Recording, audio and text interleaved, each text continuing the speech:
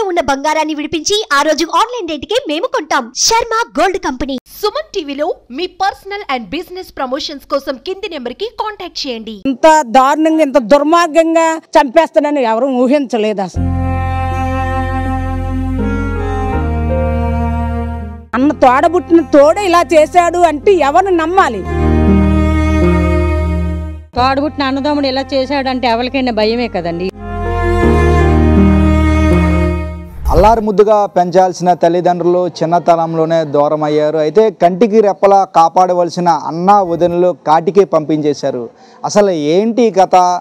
ఎవరు ఆ అమ్మాయి? చదువుతూ ఉన్నత విద్యలు అభ్యసించేందుకు చదువుకుందామని అన్నా వదినల వద్దకు వచ్చింది. అయితే అన్నా వదినలు కంటికి రెప్పలా కాపాడవలసింది పోయి తన ఉన్నత చదువులు అభ్యసించాల్సింది, ఎంకరేజ్ చేయాల్సింది పోయి తను చంపేశారు. అసలు ఇది మాకు నిజంగా చాలా బాధ అనిపిస్తుంది. మింగురు పడట్లేదు ఈ విషయం. అసలు ఎందువల్ల తను చనిపోయింది, అట్లా చనిపోయింది అనే విషయాలు తెలుసుకుందాం. అయితే గత వారం రోజుల క్రితం జరిగిన సంఘటన ఆలస్యంగా వెలుగులోకి వచ్చింది. విశాఖ గోపాలపట్నం నాగేంద్ర కాలనీలో ఈ సంఘటన జరిగింది. భాగ్యశ్రీ అనే అమ్మాయి ఉన్నత విద్య అభ్యసించేందుకు నర్సింగ్ కూడా చదువుతుంది. విశాఖ కేహెచ్లో నర్సింగ్ చదువుతుంది. నర్సింగ్ చదువుతున్న క్రమంలోనే అనుకోకుండా తన హఠాత్ మరణం అయితే అందరినీ కలిచివేసిందంటూ కూడా ఇక్కడ స్థానికులు చెప్తున్నారు. స్థానికులు బాధపడుతూ ఉన్నారు. అయితే ఇక్కడ గోపాలపట్నం నాగేంద్ర కాలనీలో మనం ఉన్నాం. మన వెనకాతలంతా కూడా స్థానికులు ఉన్నారు. అసలు ఏం జరిగింది, ఎట్లా జరిగింది, భాగ్యశ్రీ ఏ విధంగా చనిపోయింది అనే వివరాలు అడిగి తెలుసుకునే ప్రయత్నం అయితే చేద్దాం. తల్లి చెప్పండి, భాగ్యశ్రీ ఎప్పటి నుంచి మీకు తెలుసు? మాకు 3 సంవత్సరాల నుంచి తెలుసు. ఇక్కడికి 3 సంవత్సరాలు అయింది వచ్చేసారు. వేపగుంటలో ఉండేవారు.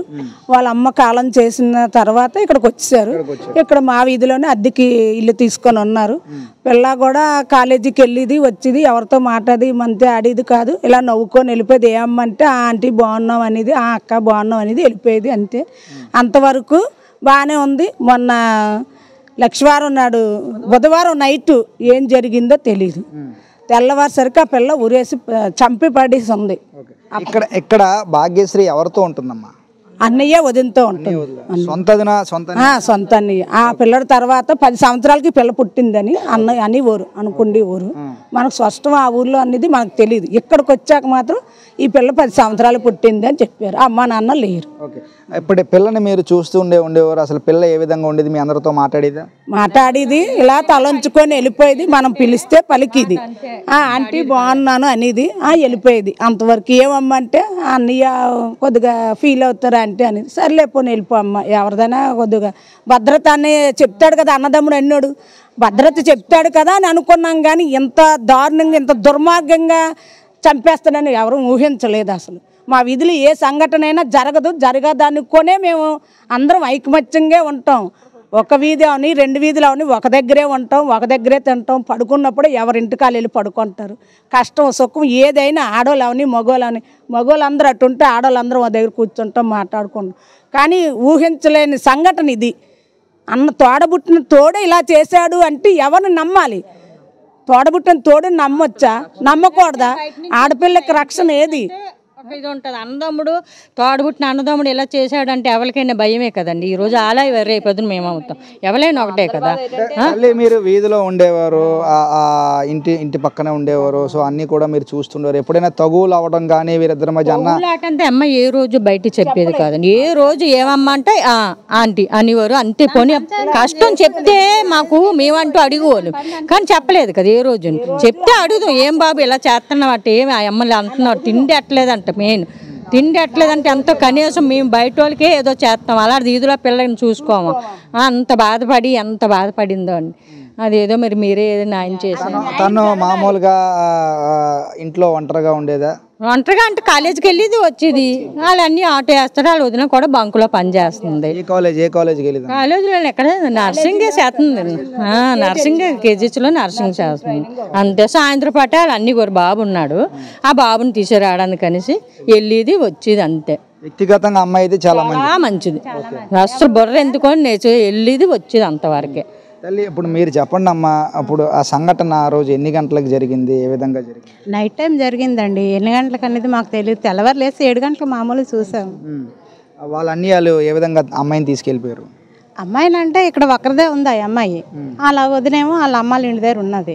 నైట్ ఏం జరిగిందో మరి ఎవరికి తెలియదు కదా. తెల్లవారులేసి చూస్తే ఆ ఇంట్లో ఉంది మంచం మీద, బెడ్షీట్ మీద. అమ్మ తల్లి మీరు చెప్పండి, ఆ అమ్మాయిని నైట్ అంటే ఎప్పుడు చనిపోయింది అనుకుంటున్నారు? మేము 11:30, 12 ఈ ప్రాంతంలో చనిపోయిందేమో, చంపబడ్డాదేమో అనుకుంటున్నాం. వాళ్ళన్నీ ఎప్పుడు రావడం జరిగింది? వాడు ఫోన్ చేశారు, ఇలాగ మీ చెల్లి చచ్చిపోయిందని. ఇక్కడ ఒక 2 అబ్బాయిలు ఫోన్ చేస్తే నేను కటకలో ఉన్నాను అన్నాడు. మేము ఫోన్ చేసిన పావు గంట అరగంటలో వచ్చాడు. కటక నుంచి ఎలాగొచ్చాడు? కటకలో ఉన్నాడు, ఎలాగొచ్చాడు? ఇప్పుడు రాత్రి కాదమ్మా, చనిపోయిన తర్వాత ఫోన్ చేసాం. చేస్తే కటకలో ఉన్నాను అన్నాడు. మేము ఫోన్ చేసిన పావు గంట అవలేదు, వచ్చాడు. ఎలాగొచ్చాడు? అది ఒక అనుమానం మాకు. నెక్స్ట్ మాకెవరికి పిల్లని చూపించలేదు. చూపించకుండా దుప్పటి ఇలాగా తీస్తూ ఉన్నది. మా అమ్మాయి చూస్తూ మళ్ళీ ముసుకేసి తీసుకొని వెళ్ళిపోయారు. 2 అనుమానం. అక్కడ తీసుకెళ్లి పెట్రోల్ వేసి అగ్గెట్టారు శ్మశానంలో. ఆ దాన సంస్కారాలు ఏం లేవు. ఆ పిల్లని అలా తీసుకెళ్లి ఆ దుప్పటి కప్పారు. ఆ దుప్పటితో అలాగేసి పెట్రోల్ వేసి అగ్గెట్టారు. అది సాకులోడు అడగాలి, బారికతను అడగాలి. దేనికి ఇలా తీసుకొచ్చారు, మీకు ఊర్లో సమాచారం తెలుసా, మీ పెద్దలకు తెలుసా అని వాళ్ళు అడగాలి. రెండోది వాళ్ళు అడగలేదు, వీళ్ళు చెప్పారు, వాళ్ళు అగ్గెట్టారు. అంటే ఇక్కడ వీళ్ళు డబ్బు తీసుకున్నట్టే కదా. డబ్బు తీసుకునే కదా వీళ్ళు దానం చేస్తారు. మరి వీళ్ళది తప్పే కదా. వీళ్ళది తప్పే, ఆడిది తప్పే. తర్వాత పోలీస్ స్టేషన్కి వెళ్ళారు. అది అంతవరకు మాకు పెట్రోల్ అగ్గెట్టారని తెలిసాక మేము అందరం బొగ్గమన్నాం. మీరే పోలీస్ స్టేషన్కి చెప్పారా? మా మేనల్లుడు కంప్లైంట్ ఇచ్చాడు. సిఐ ఎవరికో కంప్లైంట్ ఇచ్చారట. అనేసారు వాళ్ళు, అమ్మాయి తరపున ఎవరో లేరు కదా అడగమని అన్నారు ముందు పోలీసులు. తర్వాత వాళ్ళకి ఏదో లంచం ఇచ్చి ఉంటారేమో అని అనుకున్నాం జస్ట్, కానీ అది కాదు. కాకపోతే వాళ్ళు కూడా రియాక్షన్ తీసుకున్నారు కమిషనర్ గారు. మీరు చెప్పండి, అంటే తను తెల్లవారు తీసుకెళ్లారు అని చెప్తున్నారు, ఆటోలో తీసుకెళ్లారు. సో తీసుకెళ్ళినప్పుడు మీరు ఏమైనా అడిగారా ఏంటి? చిన్న మేము తీసుకెళ్ళేటప్పుడు అడగడానికి ముఖమైనా చూపించరా, చిన్న ముఖమైనా చూపించరా అంటే అలా ముఖం చూపించకూడదు అంటే మేము పోస్ట్ మార్క్ కేజెచ్ కోసం తీసుకెళ్తున్నారు అనుకుంటాం. ఇప్పుడు కేజెచ్ తీసుకెళ్ళి ఏదో కోతకిస్తారు, అదేదో అనేది తేలుతుంది కదా అని మేము అనుకున్నాం. ఆడ అలాగే అంత దుర్మార్గంగా తీసుకెళ్లి శ్మశానం తీసుకెళ్లి తగలెట్టేస్తాడని మేము ఊహించాం కదా. ఇలా జరిగిన తర్వాత వదిన ఎవరైతే ఉన్నారో ఆ వదిన వచ్చిందమ్మా? ఆవిడ రాలేదు. ఆవిడ వచ్చి డోర్ కొట్టింది ఆవిడే. డోర్ కొడితే డోర్ తీయలేదు. తీయపోగానే వాళ్ళన్నీ ఫోన్ చేసింది. వాళ్ళన్నీ గోగోగో పరిగెట్టి వచ్చి వాళ్ళన్నీ డోర్ కొడితే తీయలేదు. ఇలా గోడ ఉంది, ఆ గోడ ఎక్కి మీద జాలీల్లో నుంచి చూస్తే ఏలబడి ఉంది అని అన్నారు. ఏలబడి ఉందంటే నేను వంట చేసుకున్నాను, పరిగెట్టి వెళ్ళాను. నేనేమనుకున్నానంటే వాళ్ళ ఆయనే కాసం ఉరిపోసుకున్నాడు అనుకున్నాను. అంటే 3 పిల్లల్ని దెబ్బలాడుకొని అలా పుట్టింటికి వెళ్ళిపోయింది ఆవిడ. అలా గసం అనుకొని నేను మీదకి వెళ్ళి డోర్ కొడుతున్నప్పుడే ఇంకా నాకు జాలి అనిపించి నేను గోగోగ మీదకి వెళ్ళిందని దిగి గోగో వచ్చేసాను. ఏటైంది అప్పుడు కిందకు వచ్చాక అంటున్నారు అబ్బాయి కాదు, అమ్మాయి భాగ్యశ్రీ ఊరేసుకుందాను. అమ్మ భాగ్య ఊరేసుకోవడం ఏంటని చెప్పి మేము అందరం అమ్మ గొల్లను గోలెట్టాం. అమ్మ భాగ్య ఊరేసుకోవడం ఏంటి, అది అలాంటిది కాదని మేము అందరమే గోలెట్టాం. కానీ గోలెట్టిన ఆ క్షణంలో ఆ దరిద్రుడు మరి ఎందుకు అలా చేశాడో, ఆ దుర్మార్గుడు ఇవన్నీ ముందే ప్లాన్ మీద జరిగిందో, ఇదంతా జరిగిన తర్వాత వాడు కావాలనే చేశాడో, ఎందుకు అలా చేశాడు అనేది తెలియదు, ఎవరికి కూడా తెలియదు.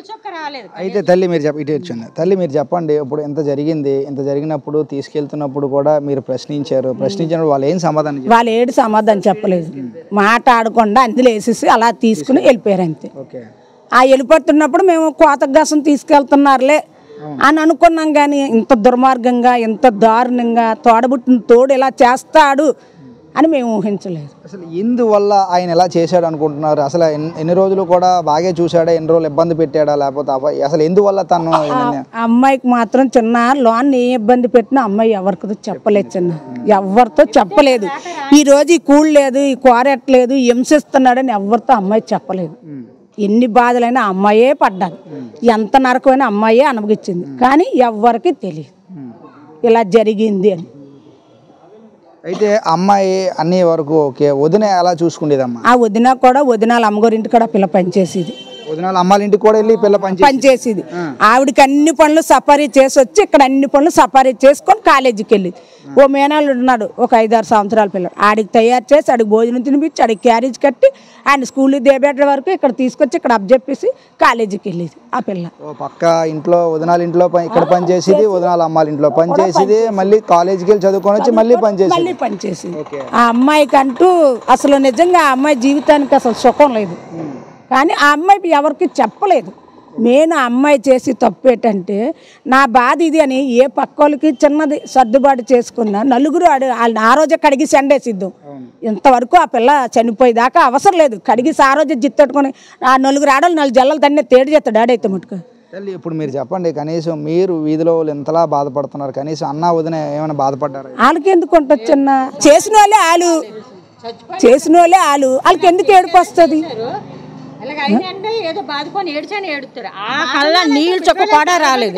కనీసం ఇలాగ వాళ్ళే చేశారు. మెయిన్ కళ్ళ నీళ్ళు చుక్క రాలేదు మెయిన్. అయితే అమ్మ తల్లి మీరు చెప్పండి, ఇలా ఆటోలో తీసుకెళ్లారు అంటున్నారు, ఎవరు తీసుకెళ్లారు అసలు ఆటోలో? ఆ పిల్ల అన్నయ్య డ్రైవింగ్ చేశాడు. ఇక్కడ ఒకరు 2 ఉన్నారులేండి. పిల్లలన్నీ ఆటో వేస్తారు. ఆ కుర్రోడు డ్రైవింగ్, ఆ పిల్లడు వాళ్ళ ఫ్రెండ్స్ 2 ఉన్నారు. అటొకడు ఇటొకడు కూర్చున్నాడు. ఆ పిల్లడు బామ్మరిది వెనకాతలు కూర్చొని ఇది బుర్ర దగ్గర పట్టుకొని ఉన్నాడు. పట్టుకొని తీసుకొని వెళ్ళిపోయారు. ఇన్ని రోజులు మన కళ్ళ ముందు పెరిగిన అమ్మాయి, మన కళ్ళ ముందే ఆడుతూ పాడుతూ స్కూల్కి వెళ్తూ చదువుకున్న అమ్మాయి ఈ రోజు మన మధ్య లేదు. దీనికి మీరేం చెప్తారు? మేము ఎంతో బాధపడుతున్నాం చిన్న, అందరం దుఃఖపడేది ఏంటి తెలుసా, ఆ అమ్మాయికి న్యాయం జరగాలి. పవన్ కళ్యాణ్ గారికి కూడా మేము చెప్పమంటే చెప్తాం, ఆ అమ్మాయికి న్యాయం జరగాలి.